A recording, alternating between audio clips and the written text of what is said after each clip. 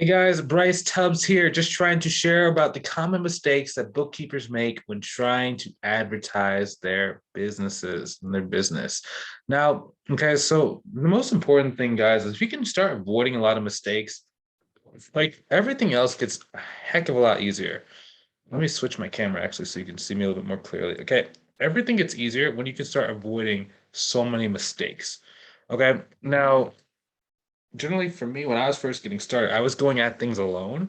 And like the first 6 months, it was like I was trying to figure things out. I was moving. I was trying to punch the market in the face. I was asking people for, if I could be their accounting slash bookkeeper. I was going into like businesses with like a stack of flyers, brochures. I don't have any of my old brochures now. I think I just cleaned up my office, believe it or not, a couple days ago. So I don't really have a lot of the marketing materials I used to have, like just out kind of on the ground.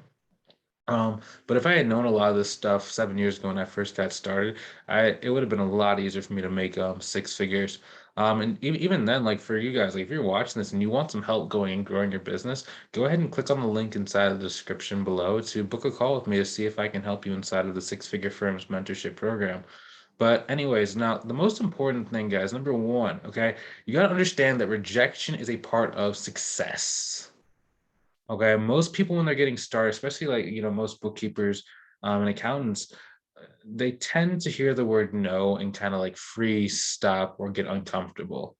And it oftentimes takes them like really, really long to kind of bounce back from the disappointment or from the just kind of rejection. Okay, now you guys could understand like in some cases, like a client or even a potential client will like reject you two or three times before they actually sign up with you. And if you give up after one time, you never talk to them again, like you just miss out on so many opportunities, so many clients. Like for example, like Anna Jean, when she was first selling, she got like a $10,000 cleanup as her first client in the program. And it was funny. On the same day that she sold a $10,000 cleanup, another person said no and said her price was way too expensive because she was trying to charge the person it was about like $1,100 a month, which back at the time, like $1,100 a month clients seemed so high to us. And when we were trying to like show students how to do that, and we're like, wow, it's a really big client. And it was funny because on the one hand, she just sold one for $1,000 a month. And on the other hand, the person said $1,000 a month was too high, right? So most people would be like, just kind of rejected here. But she had the celebration because it was like, cool, we just got this. But then what I told her to do specifically with this one was, hey, you got to follow up I told her every 45 days you need to follow up with the person because one, they said that was too expensive. And then we kind of asked them like, okay, so it's too expensive. Like, so what are you going to do instead? And they said, well, we have a cheaper person that can probably do it. So I'm like, oh, this is a good thing, right? Because when they go with someone cheaper, generally that person, if they're, doing $150 a month, it's probably not the best person because it's probably someone who's like new and they don't really know how to charge, right? Some what happens is you follow up with them every 45 days. You just keep asking, oh, hey, how's the new bookkeeper doing? Hey, how's everything going? How's everything going good? Everything great? And then eventually they're like, no, we need your help. And not only can you charge them that original price, but you can actually charge a cleanup fee because they probably waited 3, 4, 5 months. That means they need to clean up, especially if the person who they tried to, go with instead of you isn't very good and actually screws up the books because then you can just do a cleanup, right? So it's oftentimes even better if they reject you kind of in the beginning because it's just like you just follow up, follow up, follow up, follow up, follow up, follow up, right? And one of the things I always tell my students when we're first getting started is that your job is not necessarily to close clients. Your job is to be able to just stack up opportunities. For example, I'll share this with you. Why am I sharing this with you? Because I love you, right? I love you and I want what's best for you and I want for you to go and, make a good amount of money. And in some cases you might like pay for my program. I'm not saying you won't. In some cases, you might, because you might want to try and like figure this stuff out yourself. I don't know why you'd want to figure out yourself, when you can just have somebody just like hold you by the hand. So some people want to see like, you want to see what 100, actually what $300,000 looks like. Okay, so this was, you should probably take the word onboarding call off. Test a coaching call.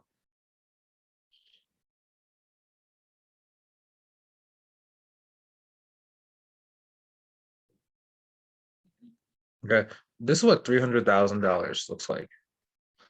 So right here, do charge about $100 an hour. Client needs 20 hours per week. Has to go meet with this other person because the person in business had something. Got to follow up with this guy because he's paying his current bookkeeper like 4 grand a month, and we're gonna basically replace her with this student's contractors. Next thing, send out these letters, meeting with the 3 construction people from work, speak to this referral partner, um, meet with these 2 leads. This guy has a lot of leads too. Blah blah blah blah. That's what this one's really important too. That's what $500,000 in sales looks like. Okay. And our goal is literally just to go and fill this thing up as much as possible. If we can get one full sheet of opportunities that we are pursuing and we're chasing down, that's all the time is money. So a lot of people think that rejection is bad when, like, someone who's actually killing the game. It's like, no, no, no, no, no. You need so many people, because when you're following up with people, like half of your sales should come from following up with people who originally said no. But most people don't understand that. They just hear no and they kind of get scared and they kind of stop. The next thing that next mistake most people make is they don't put themselves out there enough. So not only are they not getting enough rejection, but they're not putting themselves out there enough to get rejected enough, right? And that's a big mistake too, because it's like the more hands you shake, the more money you make. It's very simple, because the only people that are going to give you money are just people. So if you only know like 5, 10, 15 people in your town, and all of them have said no to you, like you have to go and increase the number of people that know you. Like my goal, whenever I'm working, mentoring someone, like our goal is to make sure you have at least 1,000 connections on LinkedIn, and maybe about 500 to about 1,000 followers on Instagram. That's always the goal. Okay, 2,000 people. Now, that is a starter goal. If you can go and get to 10,000 people on LinkedIn, you will never have to worry about money again. Um, but just an easy starter goal, you can make it to about 5 grand a month, 10 grand a month with 1,000 people on LinkedIn alone, if you know how to like pick the right people. But even then, 1,000 people, that's a lot, right? That means you had to go and communicate with 1,000 people. Now, on the internet, that's not a huge amount of people, like, right? Because, like, for example, at one point, I had about 25,000 LinkedIn connections, right? I have a Facebook group of like 18, it's like almost 19,000 people now. The Facebook account, my personal profile had what, like 1,500 friends, right? So like I had like a grand total of like probably about 35, 40,000 people that I could just reach out to at any given point in time. Right. So a thousand people is not a huge amount comparatively to like other people, but it's enough for you to go and like really grow your business to the level that you want to be at. So you just really got to focus at like your goal has to be, okay, let's get to 1,000 connections. So just go connect with 1,000 people, connect with 1,000 people. If you do that and you know exactly what to say to get those people on the phone, then that's going to be really, really easy for you to go make money. And then once you get them on the phone, you just got to know how to like, price out the service so you can like maximize your dollar per potential client. Then you have to make sure you have a good sales script, and then just be really easy. And that's the third mistake that most people don't have. Like most people don't have a solid process for actually doing the sales consultation. So what it actually ends up looking like is that they just kind of wing it, right? And winging it is the enemy to the high ticket sales sign up process.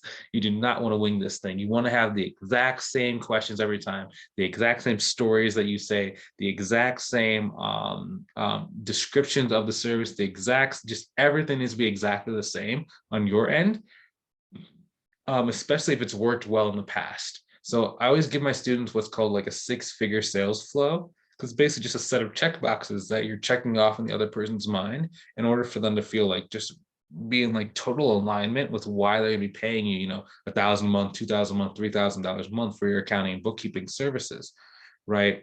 And once you have that, you literally just say the exact same thing. And it's actually funny because it becomes like a process of you learning how to still slow down with it and not just like go through the motions, because it can be very, very easy, especially when you've done what, 20 consultations, 30 consultations, and they all go exactly the same. It's really kind of fun, right?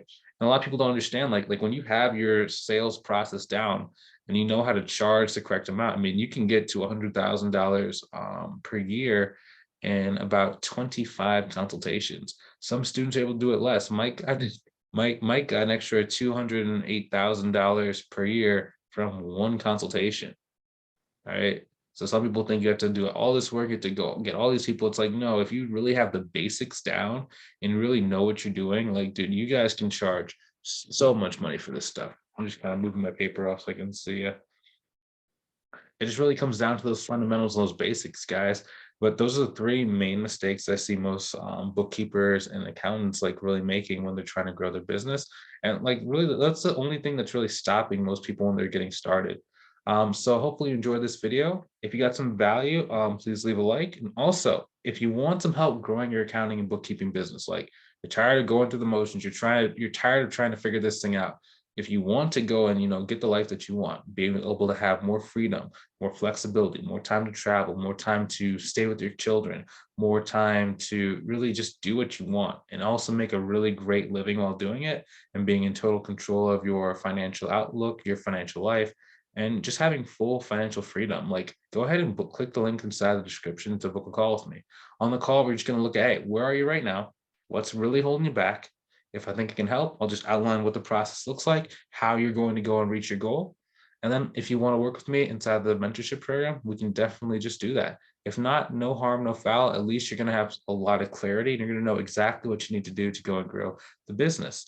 And if you're not quite ready to speak to me on the phone, like no harm, no foul. I will see you on the next video, and hopefully you have a great rest of your evening. Talk to you soon. Take it easy.